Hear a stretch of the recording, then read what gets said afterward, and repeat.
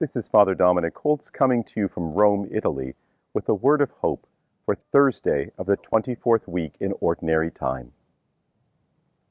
Do you see this woman? This is the question that Jesus asks of the Pharisee, and on the face of it the question seems absurd. Of course he sees the woman. What she's doing is painfully obvious. She's snuck in, uninvited. She's weeping on the feet of Jesus, washing his feet, drying his feet with her hair, pouring expensive ointment on it. How can he help but see her?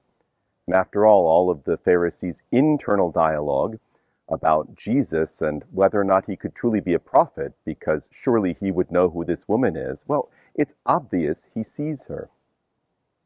But Jesus asks nonetheless, do you see this woman? Clearly, the implication that we have from Jesus is that he does not see the woman, not in the way she needs to be seen.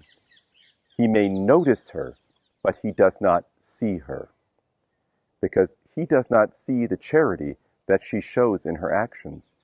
He does not see the love that has freed her from her sins, and so pours forth in this action of gratefulness, of gratitude towards the one who has freed her from her sinfulness. That's what he doesn't see, but that's what he needs to see if he is truly to see her. Now, the question here that we're presented in the gospel is not merely a story of shaming a Pharisee or shaming the rest of us. The question is whether or not when we see others, and perhaps just as significantly, when we see ourselves, do we truly see them? Do we truly see ourselves? Or do we just notice other people and notice ourselves? Take note of what they're doing, try to interpret it, make sense of it? Or are we open to the work of God in others? Are we open to the work of God in ourselves?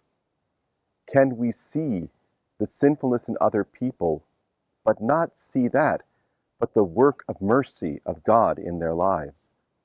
And when we see our own sinfulness, do we simply hide in darkness, or do we turn to the one who has set us free by his death on the cross, his rising from the dead, and his ascension into heaven, that heart of the gospel that Paul reminds the Corinthians about, the very core of what he was sent to teach?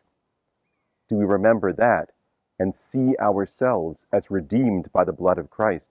See the world as that which God loved, and so redeemed by the death and resurrection of his Son. That's what we are offered in this story of the woman and the Pharisee. That's what we have to learn to see. And that, my brothers and sisters, is a word of hope.